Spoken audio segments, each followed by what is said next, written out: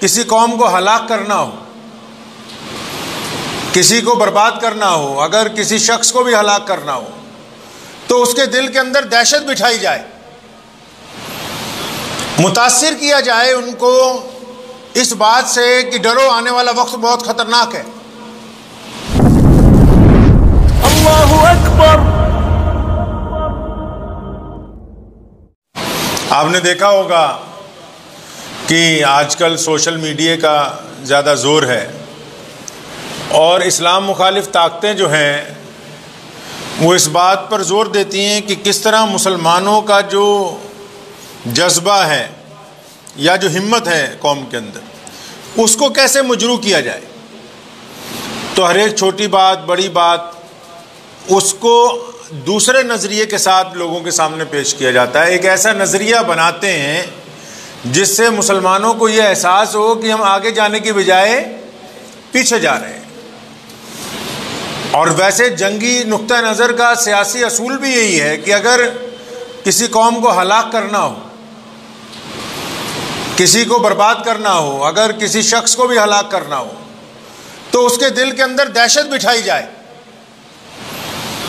متاثر کیا جائے ان کو اس بات سے کہ ڈرو آنے والا وقت بہت خطرناک ہے۔ تو اس نقطہ نظر کو مشرکین مکہ نے بھی استعمال کیا مسلمانوں کے خلاف کہ مسلمانوں کو دہشت زدہ کس طرح کیا جائے، ان کو اپنے ہتھیاروں سے ڈرائیں، اپنی طاقت سے ڈرائیں، اپنے قبائل سے ڈرائیں، دولت سے ڈرائیں، بڑی بڑی افواہیں پھیلائیں تاکہ جو حضور اکرم صلی اللہ علیہ وسلم کے جو ساتھی ہیں وہ نعوذ باللہ وہ افواہیں سن کر ان کو ایسا لگے کہ دشمن کی طاقت تو بہت زیادہ ہے۔ اور ایسا ہی آج کے دور میں بھی جو اسلام مخالف طاقتیں ہیں وہ سوشل میڈیا کے ذریعے ہر چھوٹی بڑی بات کو اس انداز کے ساتھ پیش کرتی ہیں کہ مسلمانوں کے دل بیٹھ جائیں اور ان کو ایسا لگے کہ اب اسلام جو ہے نعوذ باللہ دم توڑ رہا ہے۔ اور اس کا جواب دینے کے لیے تمام ملک کے علماء مسلم دانشوران جو ہیں وہ بالکل خاموش ہیں، وہ شاید سمجھتے ہیں کہ قرآن اور حدیث نے اس طرف کوئی رہنمائی نہیں کی، جبکہ ایسا سوچنا نعوذ باللہ کفر ہے، غلط ہے، حرام ہے۔ اب جیسے رمضان گزر گیا، لدھیانہ ہے جیسے، یہاں سے ہزاروں لاکھوں لوگ اپنے گھروں کو گئے ہوئے ہیں، جو مسلمانوں کے اکثریتی علاقے جہاں مسلمانوں کی بڑی بڑی بستیاں ہیں۔ اب جو لبرل مسلمان ہیں انہوں نے ایک میسج بنایا کہ رمضان چلا گیا، مسجدیں ویران ہو گئی ہیں، اور یہ جس بدبخت نے بنایا ہوگا نا، میں ایمانداری سے ممبر پہ بیٹھ کے کہتا ہوں وہ بدبخت کبھی رمضان کے بعد نماز پڑھنے خود ہی نہیں گیا ہوگا مسجد میں۔ اگر وہ گیا ہوتا رمضان کے بعد مسجد میں نماز پڑھنے تو مسلمانوں کے اکثریتی علاقوں میں اسے مسجدیں رمضان کے بعد بھی بھری ہوئی نظر آتی، کیونکہ یہ خود نہیں گیا اور اس کی قسمت میں ہے ہی نہیں کہ اللہ اس کے رسول صلی اللہ علیہ وسلم کی اطاعت کرے۔ اس کے ہاتھ میں 24 گھنٹے فیس بک اور واٹس ایپ ہے، جیسا عمل خود کا ہوتا ہے ویسے ہی بندہ دوسرے کو سمجھتا ہے۔ تو کہنے سے مراد میری یہ ہے کہ ایسے میسیج اس لیے چلاتے ہیں ہم، جب ہم ایک بناتے ہیں تو جو آپ کیا سمجھتے ہیں کہ اسلام دشمن طاقتیں جو ہیں انہوں نے ہزاروں لوگ تنخواہ دے کے باقاعدہ آئی ٹی آفیسز جو بنائے گئے ہیں ان میں ہزاروں لوگ بیٹھے ہیں جو سارا دن کام ہی یہی کر رہے ہیں کہ کس طرح اسلام کو بدنام کرنے کے لیے کوئی میسیج بنائیں، پھر اس کو فارورڈ کریں، پھر ہر ایک بندے تک پہنچائیں۔ اب ہم نے یہ ثابت کرنے کی کوشش کی کہ مسلمانوں کو کہ دیکھو جی رمضان چلا گیا، اب تو کوئی نماز پڑھنے والا ہی نہیں، جبکہ میسیج بنانے والے نے خود تو مسجد میں جا کر دیکھا ہی نہیں، خود تو گیا ہی نہیں مسجد میں کہ نماز پڑھنے والے ہیں یا نہیں ہیں۔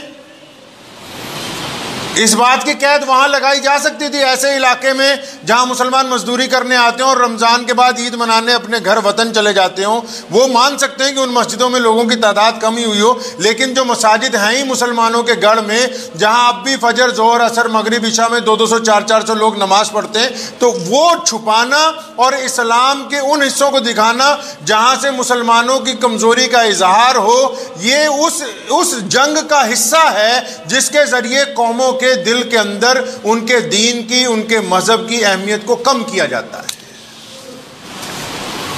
آپ معمولی باتیں ان کو نہ سمجھیں. قطرے قطرے ذرے جو ہیں، ریت کے ذرات بھی اگر متحد ہو جائیں تو طوفان برپا کر دیتے ہیں. آپ کو پتہ ہے حضور اکرم صلی اللہ علیہ وسلم کے دور میں حضور صلی اللہ علیہ وسلم کے خلاف میسج جب آتا تھا، کفار مکہ نعوذ باللہ حضور صلی اللہ علیہ وسلم کے خلاف جب میسج ڈالتے تھے تو صحابہ اس کو ڈیلیٹ کر دیتے تھے. پتہ ہے یہ بات؟ کبھی پوچھا کسی مولوی سے جا کے یہ میسج کا کیا مسئلہ ہے؟ حضرات صحابہ کرام رضی اللہ تعالیٰ اجمعین کو جب کسی کفار مکہ نے راستے میں ٹکرا جاتا تھا کوئی، اس نے پکڑ کے نعوذ باللہ کہنا کہ تمہارے نبی نعوذ باللہ ایسے ہیں ویسے ہیں، اس صحابی رسول نے اس بات کو وہیں جذب کر کے اپنے اندر ہی ختم کر دیتے تھے. کبھی کسی کو بتانے نہیں جاتے تھے فلاں آدمی نعوذ باللہ رسول اللہ کے خلاف بولتا ہے. اور جب اللہ نے طاقت دی اور جب حرمت کا حکم نازل ہوا، اس کے بعد جو بدبخت رسول اللہ کے خلاف بولا، اللہ کے حکم سے اس کی گردن اس کے تن سے جدا کر دی گئی. اٹھا کے موبائل ہاتھ میں پکڑ لیا قسطوں پہ، جو نعوذ باللہ صلی اللہ علیہ وسلم کے خلاف میسج آ رہا ہے، مسلمانوں کے خلاف آ رہا ہے، دھڑا دھڑ آگے بڑھو. جاہل قوم، اللہ کے نزدیک یہ گناہ ہے. کس نے کہا کہ اٹھا کے مسلمانوں کے خلاف میسج فارورڈ کرو، مسلمانوں کو بتاؤ جی فلاں آدمی کا میسج آیا تمہاری بہو بیٹیوں کے خلاف یہ کریں گے؟ کس الٹا اس کو اگر ہم ختم کرتے، ڈیلیٹ کرتے تو ہمارے خلاف جو طاقتیں لگی ہوئی ہیں وہ متاثر ہو جاتی. ان کا احساس ہوتا ہے اس بات کا کہ ان کو جا کے RTI میں ریٹنگ ملتی کہ مسلمان ان میسیجز کو ڈیلیٹ کر رہے ہیں، ان کو آگے بڑھنے سے روک رہی ہے ایک بہت بڑی قوم. تو دھڑا دھڑ جاہل لگے ہوئے ہیں، بس ایک موبائل لے لیا 10,000 کا، دھڑا دھڑ پورا اسلام اسی میں بیان ہو رہا ہے. تلاتر صبح شام یہی کام ہے. فلاں میسج آیا حضور صلی اللہ علیہ وسلم کے خلاف، 5,000 مسلمانوں کو بھیج رہے ہیں، 10,000 کو بھیج رہے ہیں، 200 کو بھیج رہے ہیں. تو حضور اکرم صلی اللہ علیہ وسلم نے بھیجا ہے. جب کفار مکہ نہیں ہٹتے تھے حضور صلی اللہ علیہ وسلم کے خلاف باتیں کرنے سے، صحابہ کرام ان باتوں کو راستے میں ختم کر دیتے تھے. حضور اکرم صلی اللہ علیہ وسلم کو جب پتہ لگا ابو جہل ڈراتا ہے، مسلمانوں کو دھمکیاں دیتا ہے، ابو لہب، عتبہ اور یہ ولید دھمکیاں دیتے ہیں مسلمانوں کو، حضور اکرم صلی اللہ علیہ وسلم نے اپنے عزت والے ممبر پر جس پر جبریل نہیں کھڑے ہو سکتے، اس ممبر پر حسان کو بلایا. فرمایا حسان بن ثابت، اے میرے صحابی رسول، تو جو بہترین نعتیں پڑھتا ہے نا، آج میرے ممبر پر کھڑا ہو اور ان مسلمانوں کو ہمت دلوا اور ان کافروں کے خلاف اشعار پڑھ، تاکہ مسلمانوں میں جذبہ پیدا ہو اور کفر کے دلوں کے اندر پھاڑ پیدا ہو جائے. اسلام کو کھنگالیے، دیکھیے اسلام آپ سے چاہتا کیا ہے. صرف 5 وقت نماز، روزہ، حج، زکوٰۃ کا نام اسلام نہیں ہے. رسول اللہ صلی اللہ علیہ وسلم نے ہر ایک محاذ کے اوپر اہل اسلام کی حفاظت کی ہے. آپ تاریخ اٹھائیں، سیدنا ابو بکر مسلمانوں میں سب سے بڑے مسلمان ہیں. رسول اللہ کے بعد، حضور اکرم صلی اللہ علیہ وسلم کے بعد کائنات میں اگر کسی کو بڑا درجہ دیا ابو بکر کو دیا. لیکن ابو بکر کو یہ کبھی نہیں کہا رسول اللہ نے کہ میرے ممبر پر کھڑے ہو. عمر فاروق کو کبھی نہیں کہا میرے ممبر پر کھڑے ہو. لیکن اپنی زندگی میں حسان بن ثابت جو شاعر رسول ہیں، جو دشمنوں کے خلاف بڑی بڑی نظمیں پڑھتے ہیں، جو رسول اللہ کی شان بیان کرتے ہیں، فرمایا حسان ممبر پہ کھڑے ہو اور بتاؤ دشمن کو کہ ہم کون ہیں اور تم کیا ہو. میں بتاؤ ذرا ان کو. آج یہ لگے ہوئے ہیں 2,500 کے موبائل لے کے کہ ہم بتائیں گے جی ہم تو نماز ہی نہ پڑھ رہے. کون کہتا ہے نماز نہیں پڑھ رہے؟ تم نے دیکھا ہے رمضان کے بعد مسجدوں میں جا کے گئے ہو رمضان کے بعد مسلمانوں تک؟ ایسے لوگوں کے لیے یہ فیس بک، واٹس ایپ جہنم کے دروازے بن گئے ہیں، جو سارا دن مسلمانوں کے خلاف جو میسج آتے ان کو دھڑا دھڑ آگے بھیج رہے. دھڑا دھڑ کئی اچھے پڑھے لکھے مسلمان کے جی فلاں منتری بن گیا ہے، اپنے پاسورڈ بنوا لو، اپنا آدھار کارڈ بنوا لو. مسلمانوں کو ڈرانا، قوم میں بزدلی پیدا کرنا اسلام میں حرام ہے. جس طرح شراب حرام ہے اسی طرح یہ بھی حرام ہے. کون کہتا ہے نہیں حرام؟ جو سرکاری مولوی یا لیڈر یہ کام کرتے ہیں ان پہ لعنت ہوگی اللہ کی. ان بدبختوں کو یہ نہیں پتا کہ کسی مسلمان کی ہمت کو توڑنا، کسی بیمار کی ہمت کو توڑنا، کسی پڑوسی کی ہمت کو توڑنا، اپنے بھائی کے دل میں خوف پیدا کرنے کی کوشش کرنا، اپنے ہمسایوں کو ڈرانے کی کوشش کرنا، اپنی قوم کو خوفزدہ کرنے کی کوشش کرنا، یہ شریعت میں حرام ہے. کسی بھی طرح یہ اجازت نہیں دی جا سکتی کہ ایک بندہ دوسرے کو ڈرانے کی کوشش کرے. اس کو جہاں جائز قرار دیا، اس کو جائز قرار دیا رسول اللہ نے دشمن کے مقابلے میں، کہ جب دشمن ہمارے سامنے ہو اس کو خوف زدہ کرنا ہو تو بتاؤ اب کیسے کر سکتے ہیں۔ میں تو کام پکڑ لیا مسلمانوں نے، دھڑا دھڑ ایک دوسرے کے لیے میسج بھیج رہا، جی یوں ہو جائے گا یہ کر لو، یوں ہو جائے گا وہ کر لو۔ ٹیپو سلطان رحمۃ اللہ علیہ نے یہی تو فرمایا تھا کہ شیر کی ایک دن کی زندگی گیدڑ کی 100 سالہ زندگی سے بہتر ہے۔ پیارے نبی حضرت محمد رسول اللہ صلی اللہ علیہ وسلم کی اگر آپ احادیث پڑھیں گے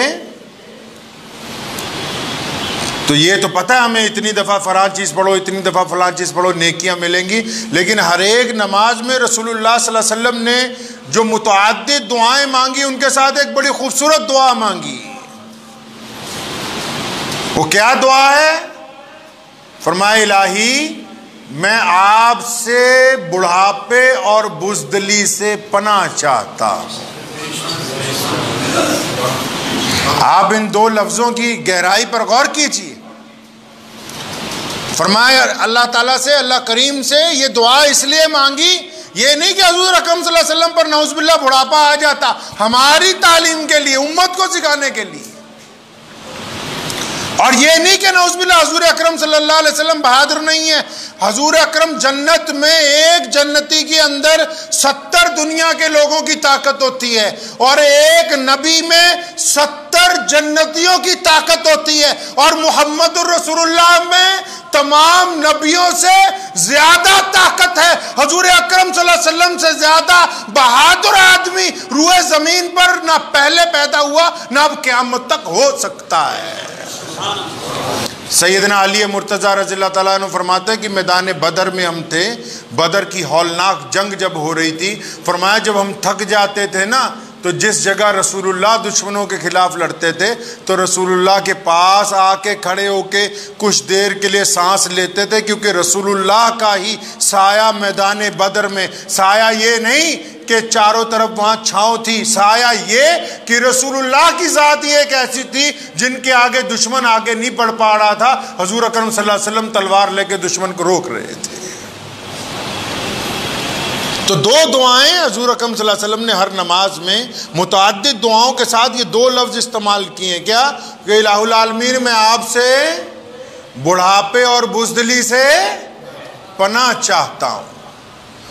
بڑھاپا بندے پہ آ جائے، دوسرے کا معذور ہو جائے، کسی کو اٹھا کے بٹھانا پڑے، لٹانا پڑے، کتنی سنگین حالات ہوتی ہیں اس بندے کے لیے۔ رسول کریم صلی اللہ علیہ وسلم نے امت کو درس دیا کہ اللہ سے بار مانگو کہ الہی جب تک زندہ رہیں اپنی طاقت کے اوپر زندہ رہیں، اور بار بار ہر ایک نماز میں تعلیم دی امت کو کہ اللہ بزدلی سے آپ کی پناہ چاہتا ہوں۔ ڈرپوک آدمی تو نہ گھر میں جی سکتا ہے، نہ سڑک پہ چل سکتا ہے، نہ کاروبار کر سکتا ہے، نہ پڑوسیوں سے معاملہ کر سکتا ہے، نہ اولاد کو سیدھے راستے پر لا سکتا ہے۔ ڈرپوک آدمی کی تو زندگی کچھ نہیں۔ اور حضور اکرم صلی اللہ علیہ وسلم نے ان دو باتوں کی تاکید ہر ایک نماز کے اندر فرمائی کہ الہ العالمین میں آپ سے بڑھاپے اور بزدلی سے پناہ چاہتا ہوں۔ مجھے امید ہے کہ آپ کو یہ ویڈیو پسند آئی ہوگی، اگر پسند آئی ہو تو یہ آپ اپنے دوستوں کے ساتھ شیئر کریں اور اس چینل کو سبسکرائب ضرور کریں۔